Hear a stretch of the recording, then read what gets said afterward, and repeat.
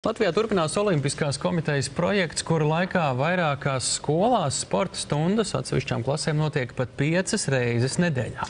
Un jau drīzumā, līdz ar mācību gada beigām, varēs apzināt tā pirmos rezultātus, bet tikmēr projekta Sporto visa klase dalībnieki tikušies Jelgavā, lai noskaidrotu, kuri ir labākie tautsbumbas spēlētāji. Emocijām bagātajā pasākumā klāt bija arī mūsu kolēģis Edgars Barbaks. Man patīk futbols. Es gribu iemācīties peldēt. Es no rītiem vingrošu. Sporto visa klase! Par Sporto visa klase turnīra norises vietu tika izraudzīta Jelgava. Un, lai paspētu uz pirmo spēli, Daugavpils skolnieki cēlās vēl pirms 5 no rīta. Tomēr tas nevienam netraucēja izbaudīt sacensības. Savas klases atbalstīt bija ieradušies arī Ineta Radeviča un Mārtiņš Pļaviņš, kuri ir Jelgavas un Rīgas skolu olimpiskie audzinātāji.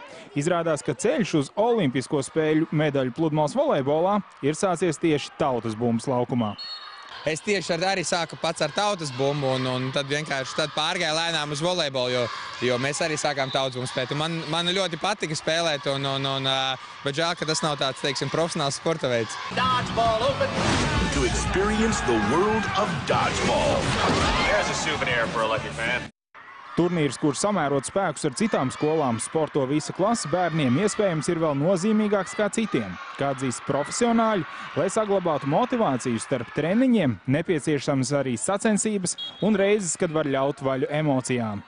Emocijas ļoti augstu vilni, tāpēc, kad visi grib vinēt, visi grib piedalīties, tā kopības sajūta, un tas ir tas pats galvenais. Pats galvenais sports, plus ar šitās emocijas, un tas ir tas, kas interesē, notur un aizrauj. Un es uzskatu, ka šodien šis turnīrs viņiem ir ļoti izdevies. Patīk, jā, tu uzreiz uzvari. Patīk spēlēt. Jā, tas ir galvenais spēlēt. Galvenais, ka tu piedalies šajā projektā. Galvenais, ka tu piedalies, nevis galvenais, ka tu uzvari. Protams, kā tas reizēm gadās, skolotāju emocijas dažkārt ir spēcīgākas nekā viņu aizbilstamajiem.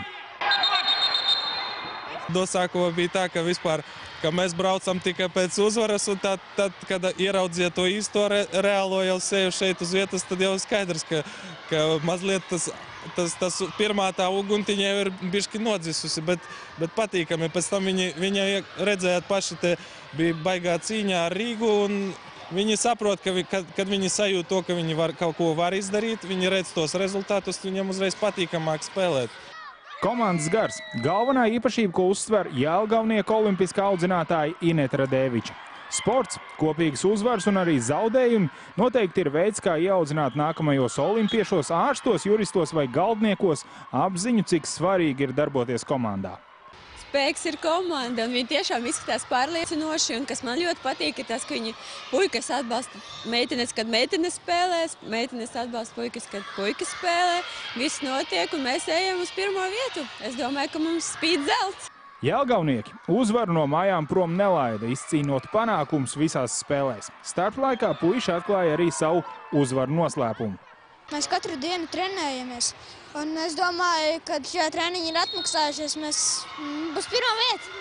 Latvijas olimpiskā projekta Sporto visa klase bērniem sports līdz mācību gada beigām un vēl nākamos 2 gadus būs 5 reizes nedēļā. Bet katra mācību gada noslēgumā Latvijas Sporta pedagoģijas akadēmijas speciālisti ar īpašu testu palīdzību mērīs, kādu iespaidu papildus sporta stundas atstājušas uz fiziskajiem rādītājiem, stāju un veselību. Bet nākamreiz visi tiksies Rīgā, lai noskaidrotu, kuri ir veiklākie stafetēs. Edgars Barbaks, Sandis Pols, LNT.